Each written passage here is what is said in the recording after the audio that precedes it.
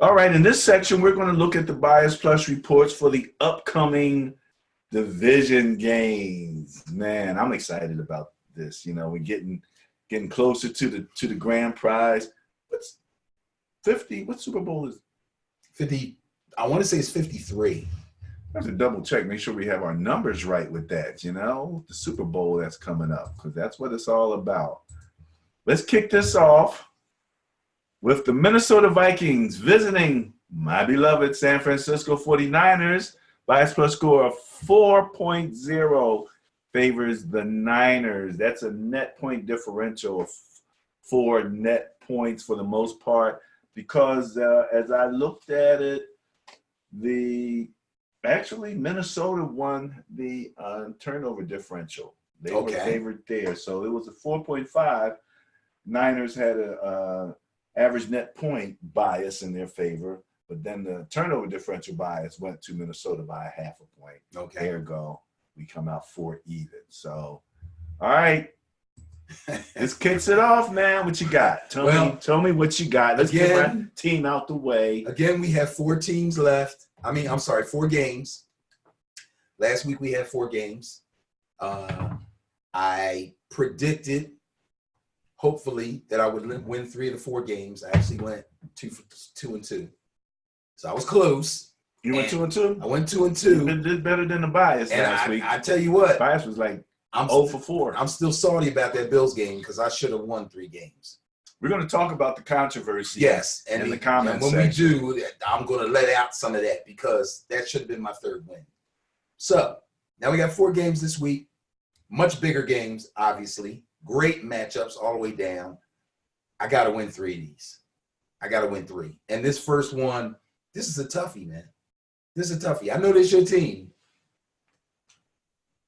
But the Vikings are feeling real good about themselves right now. They just went into the Superdome and beat the Saints.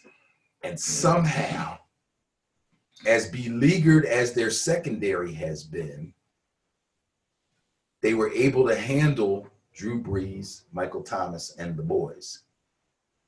And I have to include Alvin Kamara in that because he catches so many passes and he's so dynamic catching the ball out of the backfield.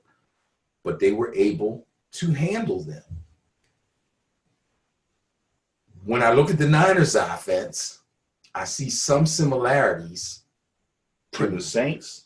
Yes, production-wise, but not in the way that they do it. And that, I believe, will be the determining factor. In other words, if you remember, I said I didn't think that they used their 1-2 punch at running back properly. Talking about the Saints. The Saints, okay, right. The Niners will do that. We're going to get some Breida. We're going to get some Mostert. And we might get some the other back. Tevin Coleman. Okay? Because actually, Tevin Coleman, although he wasn't listed, he was active. I don't think they called him like a healthy scratch, but he was getting like 1, 2, 3 carries a game. It's almost like they were saving him. Because there's no reason not to play him. He hasn't played badly. No, I think he's just not as fast as either one of the other. And they were more. Yeah, I got you. So they're leaning toward those quicker guys. And he might have been hurt a little bit because Monster doesn't normally get called in unless somebody's hurt. He did, yeah. But here's the thing: when Coleman was actually hurt and Mostert came in, he played so well that when Coleman was they just kept playing Mostert. He was the hot guy. And the coach loves his touchdown dance. You know what that is? What? Mostert. He jumps on the ground like he's paddling out to go surfing. Yeah. Does a little surfing move. Oh, right. He's the surfer dude. Yeah. Right. From Florida, much less. Not from California. Right. You know. So I'm leaning toward the Niners, but what Minnesota did last week, I can't poo-poo it. There he is with that word again. I can't poo-poo it. Dalvin Cook is a monster, and he's healthy. And now he's got another game under his belt, and he came through the game unscathed. You got to stop this guy because it's obvious that the Vikings know now, if they didn't know before, that they have to give him volume and they have to run the ball if they're going to be able to win the game, because as far as their offensive line is concerned, it's weird. I shouldn't say it's weird, but they're a great run blocking team, but they're not a great pass protection team. So they don't want to have to throw the ball to win the game. So they're going to come out. They're going to try to establish Dalvin Cook. If they are able to, this could be extremely dangerous for your beloved 49ers. But if you guys can control Dalvin Cook, things should work out well for you. I'm going to trust that that's going to happen. I'm going to go with the Niners. Boy, that was I know. That's circuitous. Sometimes journey. when I'm talking about these games, it sounds like I'm like trying to convince myself. You are. Well, I already had them circled, but I have been known to change my mind and cross stuff out. Shout out to our friend Ron Diggs, the only Vikings fan that I know. Basically the only real Vikings fan I know. Yeah, I mean, a guy from Philly who literally travels to Minnesota for the games. So, but as I said to him, come on out to San Fran. We got dogs out there. We got dogs this season, especially on defense. We got dogs, man.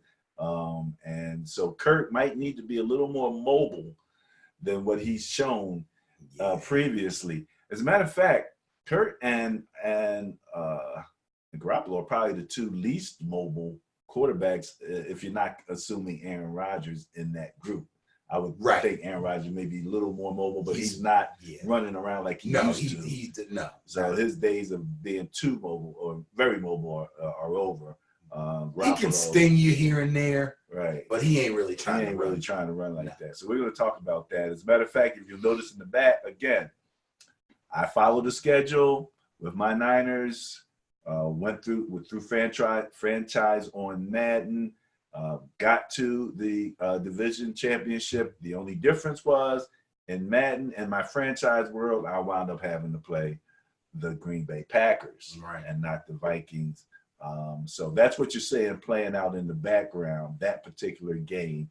And it was not an easy game, believe me. It was not, for all the jumping up and down that you might be seeing in the background. But okay, so you're going with the bias with the Niners. Yes, sir. All right, now, what can I tell you, Benny? Let's see what we have next. We have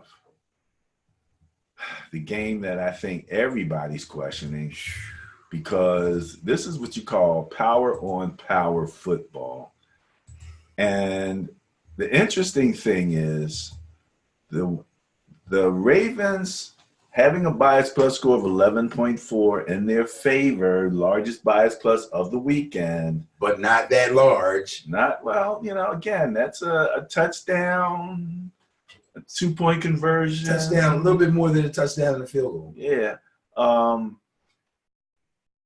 Ravens have the ability to make you play 11 on 11 ball. Okay. You have to account for the quarterback as more than just somebody who's going to deliver the ball to somebody else. Absolutely. Changes the game entirely. We talked about how Josh, the quarterback for the Bills, Josh Allen took off on the Texans. Right. And we both thought, if this was Lamar, he would not have gotten caught. Absolutely. He got on the way. And this 11 on 11 is really changing the game, because teams are just not used to it. You take a Texans team that had to play Brady, well, you know he's not running nowhere. Right. So that game is different now than when you're playing Lamar. Right. I don't know how healthy Ingram's going to be, but they seem to think that even without Ingram, they can still get their run game going. But Ingram's a power back. Ingram's a little different. I mean, he's one of those guys that makes you make a business decision when he's coming downfield at you. Right. I don't know about the other running back. What do you think? Gus Edwards isn't bad. He's a decent backup. If Ingram's not able to go, that will hurt them a little bit.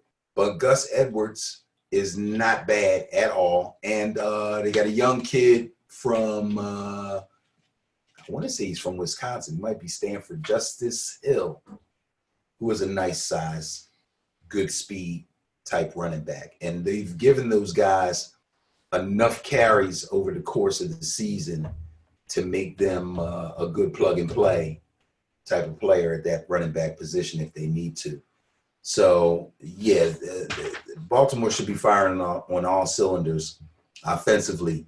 The question is their defense going to be able to handle Derrick Henry? Because if the Titans can move the ball on the ground almost at will, like they did last week, and pound you to the point where they can keep the score close. This is the one thing we talked about with Baltimore. Are they built to come from behind? Let's just say, just because I want to know your opinion about this, let's just say that Tennessee comes out and jumps on Baltimore the way the Bills came out and jumped on the Texans last week in the first half. Let's just say they come out, it's 14-0 at halftime. Let's just say something like that happens. How much faith do you still have in Baltimore to come back? Given the whole half? Yeah, whole half. I have plenty of faith in them. Plenty of faith. Because of the way they play, they generally, once they get on the road, they kind of control the clock and everything. And because the Titans do too.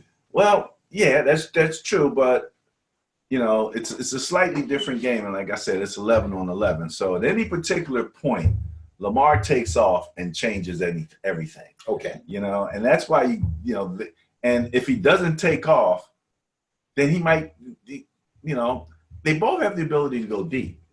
They both have a wide receiver, but I think by the last name of Brown, right? Yes, sir. Who was it? Hollywood Brown versus AJ Brown. AJ, right. Both deep threats. Right. Both deep threats. So, you know, we haven't really seen that a lot from them. And I think because of that, yeah, you have to have a question as to whether they can do it, because they haven't had to do it. Like I said, their net point, they are number one in net points, Baltimore at 15.6. Which means they've been winning games by an average of over 2 touchdowns. Okay. Unlike anybody else in the league. And their offense was number one, scoring 33.2 points a game. Okay. So yeah, the Saints, they were high, decent scoring team, but the Ravens have been doing it all year. Okay. And it's quite possible because they had the layoff. That's the question. How is this layoff, that one extra week, going to affect them? Or they maybe come out a little slow, whereas the Titans are tuned. I don't put a lot of stock in the layoff. I would rather lean toward a good coaching staff taking advantage of the layoff and really nailing down a strong game plan. I would expect that more than the team being rusty coming out. The Coach Reed effect, right? Yeah, the old off the bye thing. Yeah, Coach Reed doesn't win lose too many off the bye. Right. But Harbaugh and them have done such a great job with this. And again, I'm mostly talking about their offense. See, the question is really not the Baltimore offense. I'm confident, just like they're confident in what they do. It's the defense. If the defense is unable to control the Titans' offense like they normally control games, allowing their offense to get ahead a touchdown and a field goal, 2 touchdowns and a field goal, where they can run away with these games and score these 30-something points a game, this could be a tough matchup. Well, what you're saying also is that, if the Titans get a lead and you have a Derrick Henry back there, that's now going to be, now they're the ones eating clock. Yeah. Now they're the ones holding on to possessions and keeping Lamar on the bench. I'm just saying, anything can happen. On any given Sunday, but they drive down, they score, they kick off. Lamar drives down, they sputter, they kick a field goal. All right, let's flip it. Go ahead. Ravens come out and score twice. The game's over. It's already been proven. Done deal. That's what I'm saying. That's already been proven. That's why I never brought it up. They've already proven that if they jump out on you, you ain't coming back. You ain't coming back. Right. And I don't think, as good as Tannehill's been playing, that they're built to come back from that. So that I'm confident in. What I'm not sure about is my original question, because we haven't seen it. Just haven't said it. I had to do it. So that's the only question, and we will soon get an answer. But I gotta go with Baltimore. What you going with? After all that crap, I gotta go with Baltimore. Yes, you do. Yes, I have you to. do. Yes, you do. No doubt about it. All right. So the next question then is, who do you have to go with the Texans at the Kansas City Chiefs with a 9.6 bias plus score favoring the Chiefs? Okay. We're not going to have to talk about this one too long. All right. As far as I'm concerned, the Texans were lucky to win last week. Really, the Bills pretty much, I don't want to say gave them the game, but they just went cuckoo in the second half and pretty much did not stick to their game plan, kind of fell apart defensively, and then the Texans still needed some magic at the end. Okay. I think that's the end of the magic. that was a sure sack. Two guys both got their hands on him, untouched, and he got away. I mean, the legend of Deshaun Watson lives on, but it's not going to live past this week. That's over. Kansas City's got too much for their defense. The Houston Texans defense is not good at all. It's the worst defense of the teams that are left, and Kansas City's going to eat them alive. I don't think this game's going to be close. Kansas City's given up on average 19 points a game. Houston's giving up on average 22. How many is Houston scoring on average? Houston is scoring 22. KC scoring 28. So that's why the bias goes in their favor. And the turnover differential was big time in KC's favor. Yeah, that's their defense is better. If their defense was a C- last year, it's at least a B plus this year, right? At least. So they're playing a lot better, you know. Game planning, having that week off, I think is going to be big for the Kansas City defense. I think they're going to come in and they're going to feel confident and be solid in their game plan. Again, the weapons that Deshaun has are somewhat limited, although I have to check with our new friend Stephania Bell and see about Will Fuller, yes, right? Because Will Fuller is a difference maker. Will Fuller is that speed guy. Will Fuller is a difference maker. You got your hands filled with Nuke Hopkins, and then Will Fuller just comes in and makes big plays. So if he plays, there's going to be a lot of splash plays. There's going to be a lot of excitement in this game. But the Houston's defense is just not going to be able to keep pace. They're just not. It's so many weapons on the side of Kansas City, and not including the quarterback as a weapon. Right. He doesn't seem to need the magic as much as Deshaun. He's not pulling the rabbit out of the hat. Right. He's just, we have so many options. Yeah, I mean, he's just so fluid in everything that he does, and they score fluidly, and right. And it's crazy. Their receiver core is so crazy. Like, you look at Tyreek Hill, he's always around. He's always there to sting you. He always has a decent game. Kelsey is an X factor. But all the other receivers, Watkins, Conley, there's a guy I can't even remember his doggone name. They're all X factors because they've all had games during the season where they blew up. People that play fantasy that have Mahomes were adding and dropping Kansas City receivers week after week. Conley blows up. They pick him up. The next week he don't do nothing. Who's the guy to return the kickoff a touchdown for Kansas City? Yeah, the other little really, really fast guy like Tyreek Hill. That's McCole Hardman.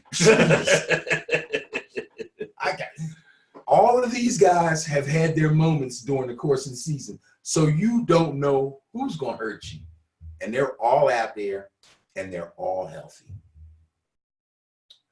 Well, forget the running game. I think the last thing with the running game is I think they've been saving Shady. So we should get a heavy dose of Shady this week too. For all you Eagle fans who wish Shady never left. And don't let it snow. Oh yeah, if it snows, it's the Shady show. It's the Shady show. Because snow doesn't affect him. He loves it. What do we say? They don't know about Shady in the snow.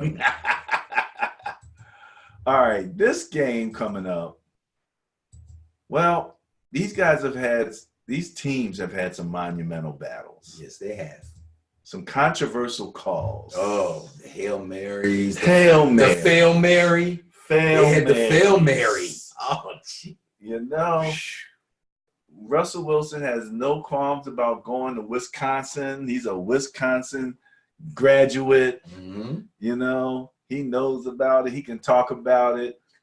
And as I said, I had to play the Packers. You'll see that game going on in the background. So, you know, Aaron is Aaron. And both Aarons are Aaron now, the running back and the quarterback. Devontae is healthy by now, right? Yeah, Devontae's good. The tight end, if they can get a little bit from forget Jimmy Graham. I don't like Jimmy Graham. Jimmy Maybe Graham has seen his best days. I'm not going to say he should retire, but Jimmy Graham is a run-of-the-mill tight end at this point. The young kid Lazard at wide receiver has eclipsed Geronimo Allison and Valdez-Scantling.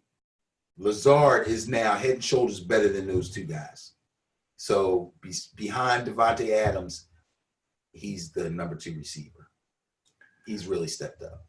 I think the thing with Graham is kind of like with Gronk.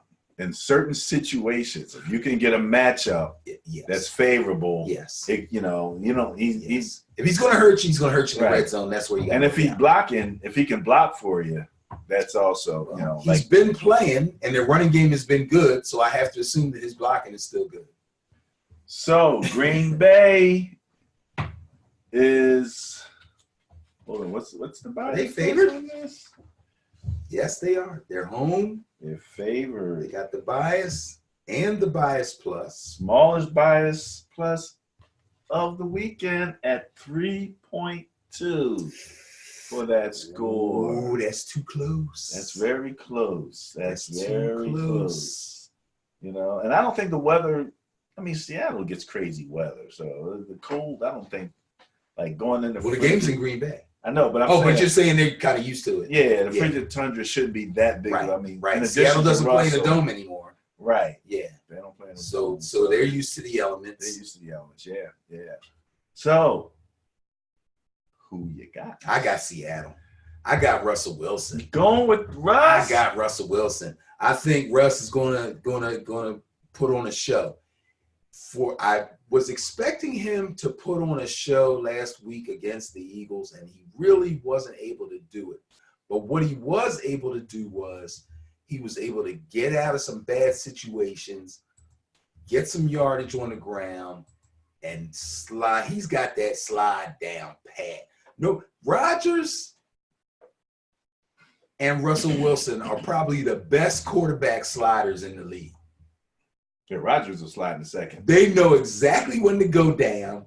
They have no qualms about the first down is like 4 yards away, but I'm going to get down right here because I got another down. I'm not going to stretch myself out and get – I was getting ready to say get helmet to helmet and get my head driven. That wasn't nice. No. Shame on me. They know when to slide. They have no qualms about sliding because they understand that they're the franchise and they have to stay healthy and they have to stay on the field.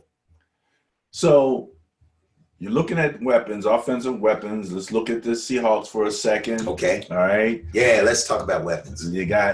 Let's just talk about the big name right now, Beast Mode. Beast Mode didn't look too bad. He didn't look great, but he didn't look bad. And got to remember, the only thing that's hurting him is football shape. He's in shape. He's taking hits. He threw a stiff arm on somebody on the sideline in the Philadelphia game. Excuse me. The only thing that's hurting him, I think, is his wind. And he's just not in football shape. But every week they advance, he's going to be better. Yeah. First week he was. And they're already talking about using him more. Now I don't know if that's just because he's getting his legs under him. That could be. They could just be blowing some smoke. But no, they're going to try. Going to try to use him more. They're absolutely going to try because again, that helps Russell Wilson. Lockett had a good game last week. DK came up with some big catches, one really huge catch. So the connection between Russell Wilson and his receivers is always good. The Green Bay defense has been good overall statistically. I don't know if you got the raw numbers there, but they haven't necessarily been stellar. And also in Beast Mode's favor, Green Bay's terrible against the run. This week off, they're not going to be able to fix their run defense. If he can run on anybody, it's going to be Green Bay. So again, the fact that he's got another week to get better and get in more football shape, he seems to be pretty much totally healthy.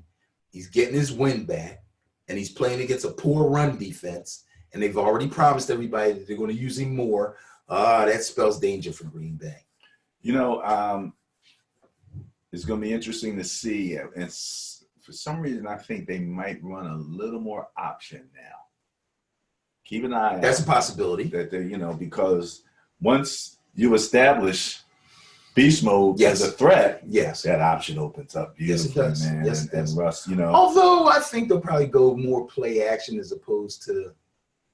I'm sure they'll throw a play in here and there. That's what I'm thinking, especially if you get down in the red zone, if you're close. Yeah. You know what I mean? Yeah. That's where you really got to be careful because, but the weather might be nice. It's going to be nice here. It's going to be in the 50s or 60s. You never know here in Philadelphia. I don't think it's going to matter unless the field is like frozen or something. Right. So that part shouldn't be. I think they put in heaters up there some years ago. Let me shout out to Chris Mitchell, my son, the only Green Bay Packer fan I can think of off the top of my head. I know a few Packer fans. You know a few Packer fans? Yeah. Well, let me let you know that your coach is picking the Seahawks on you.